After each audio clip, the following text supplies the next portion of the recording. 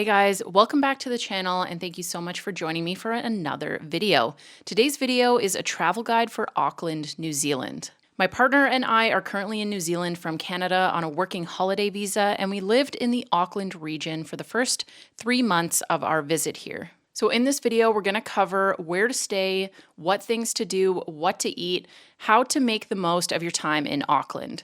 If you have an unlimited budget, there's so many amazing things that you can do in Auckland. I prefer budget travel and things that are either free or low cost, so that is what this video is going to focus on. The first thing is where to stay. So what areas in Auckland are really good to stay in terms of walkability, restaurants, shopping, things to do? The positives to staying right in the city center in the CBD is that you're really close to the ferry terminal. If you want to go and take day trip ferries out to places like Hobsonville or Devonport, Waiheke Island, being close and walkable to the ferry terminal is a huge bonus. You're also going to be really close to the train station because it is just steps away from the ferry station. Now, the train system in Auckland is not the best. I have taken it a couple of times. If you're going to and from the airport, it's a nice option to just hop on the train. Otherwise, you're probably not going to be using it much in terms of traveling to and from certain areas, but it's nice to have it close by. If you're going to be staying right in the city center, of course, you're going to be just steps away from amazing restaurants, shopping, bars, you name it. If you're staying in the CBD, it's going to be super close, and that is a huge bonus. This really depends on what you value when you travel. There are accommodations in this area that fit every budget. You can stay in a budget hostel up to a 5-star gorgeous hotel. Now, the cons of staying right in the city center, of course, is if you have a car, finding parking that is not extremely expensive is going to be a challenge. There's also tons of crowds downtown if you're walking up and down Queen Street, for example. And if you don't like crowds, you're going to feel a little bit overwhelmed. It can be hard to get into certain restaurants and bars on like a Friday or Saturday night in the high season. The second place that I would recommend staying in includes a few different communities that are just on the outskirts of the CBD. The first one is Ponsonby. Ponsonby is this very cute, quaint little area that's trendy and hip, and it's got a ton of eclectic stores, restaurants. Ponsonby is the type of place that I would love to live in if I were to live in Auckland. It's very close to the CBD. You can see it from afar. It's sort of up on a hill, so you get really nice views of the downtown area and the Sky Tower. It seems to really come to life at night. Tons of bars and restaurants. There's a comedy club, there's theaters. If you can find a place to stay in Ponsonby, that would be my top choice if you're not going to stay right in the heart of the city. There's also places like Parnell or Kingsland or Morningside. These, again, are really cute, vibey places that are outside of the city center, but are a short trip into the CBD if that is where you're going to be spending most of your time. So all of these neighborhoods that I mentioned have all the same benefits of staying in the CBD, but with a little bit less noise and tourism. If I was to return to Auckland, I would love to stay in one of these inner city areas instead of staying right in the city center, just to avoid some of those massive crowds. And I don't know if there are a lot of hotel options in these areas, but you should be able to find something on Airbnb.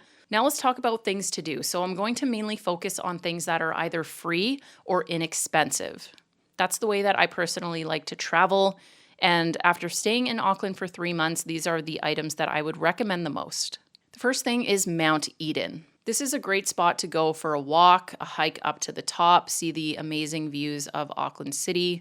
You can bring up a picnic. There's tons of space in kind of the lower section facing the city center where you can just sit down and have a nice break. This is also the area that I feel like is not as busy. If you go straight to the top, there are a few platforms and areas that you can look out, but it's usually quite busy. This is one of the top spots to watch the sunset as well. For me, this is the top thing to do in Auckland, and it's a short bus ride from the city center. I think it would be around 20 minutes. Now, if you're coming to New Zealand, of course, I recommend taking public transit, especially if you don't have a vehicle. And I'll link the video above and down below if you're interested in learning about AT or Auckland Transit, because you can get a card and it'll really set you up to get around the city for a super low cost.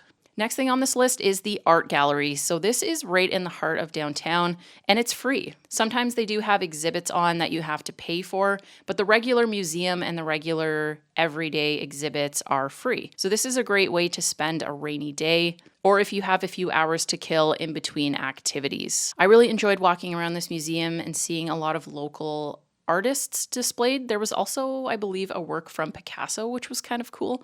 I'm not really that big into art, and I don't think you have to be in order to go and appreciate this museum. Next is farmers markets. I'm a huge supporter of farmers markets because it typically supports local businesses. There's one in Britomart, although I wasn't able to go and check that out while we were there. We did go to the one in Parnell, and it was fabulous. They actually had a craft market on at the same time as the farmers market. There were lots of handmade goods by local artists, and I love to see that. It's free to do. You don't have to buy anything, but you can go take a little walk around. There's usually a place to buy some coffee and some pastries.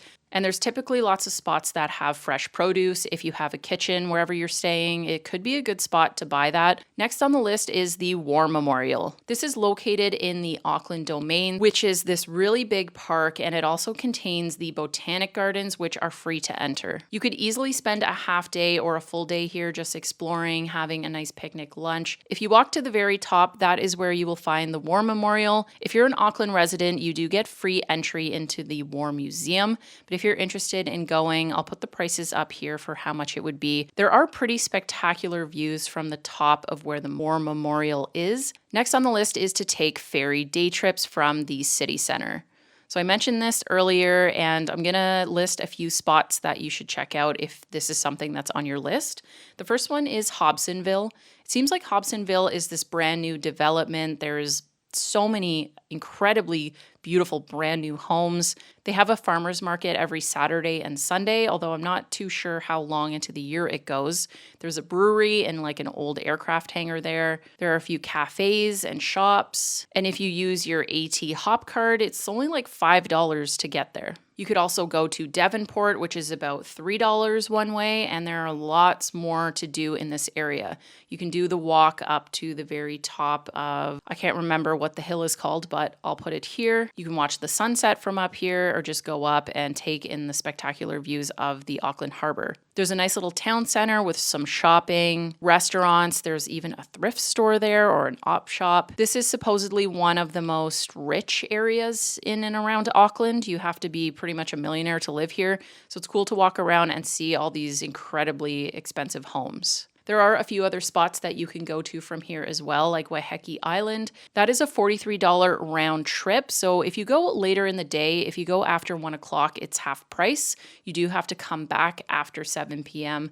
So this is a good option if you want to save a bit of money but still see Waiheke Island. You can also do a day ferry trip to Rangitoto, and it's $46, and there's no half price special, so that is a bit more expensive.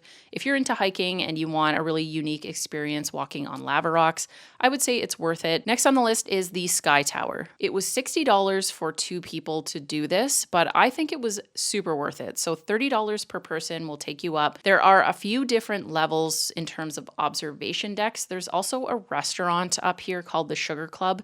We did not end up going to the Sugar Club because apparently it's quite expensive and you would get pretty much the same view as going up just to go on the observation deck. I would personally do this either first thing in the morning or later in the day so that you can either see like a sunrise or getting close to golden hour and sunset.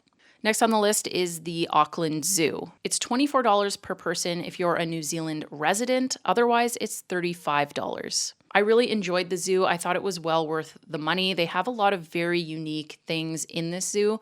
They have a gorilla crossing that's up above where you walk, and the gorillas can climb on these huge ropes from platform to platform, and you can watch them crawling across and then like sitting in. It's kind of hard to explain, but I'll throw in some footage here so you can see what I'm talking about. There are a lot of really unique and interesting animals in this place, and if you're into zoos, if you like visiting zoos in different cities around the world, I would definitely put this on your list because I think it's quite affordable and you can easily spend a full day here. It's easy to take Auckland Transit out to the zoo as well. And then the last thing on this list is just to explore different areas in Auckland.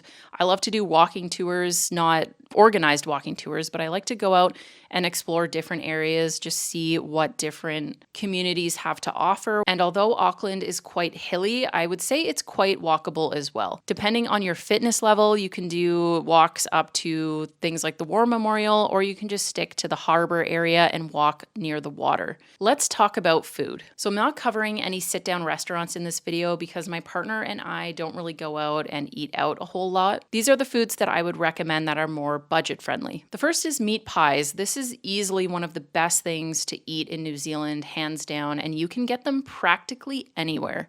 Most gas stations will have them. There's cafes that will have them.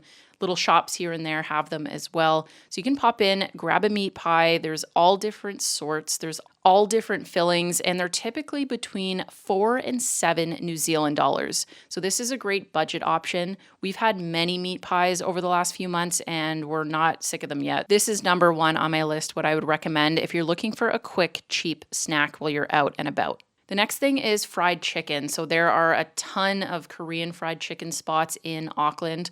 Most of them are relatively inexpensive. I would say you'd pay between 10 and 20 New Zealand dollars for like a really good portion of food. Chicken Eats is the place that I would recommend personally. This is located in Morningside or Kingsland. It's a little bit out of the way, but if you're going to be in that area, I would highly recommend you pop in for a nice lunch. If you're looking for a more substantial meal, having burgers and chips at most restaurants is going to cost you between 15 and 25 New Zealand dollars, and you can find more budget-friendly options if you're going to somewhere like a food truck or a smaller place that just does takeout. If you are going to be going to restaurants and bars for the majority of your meals, like lunches and dinners, then I highly suggest you take a look at happy hour menus or different weekly specials.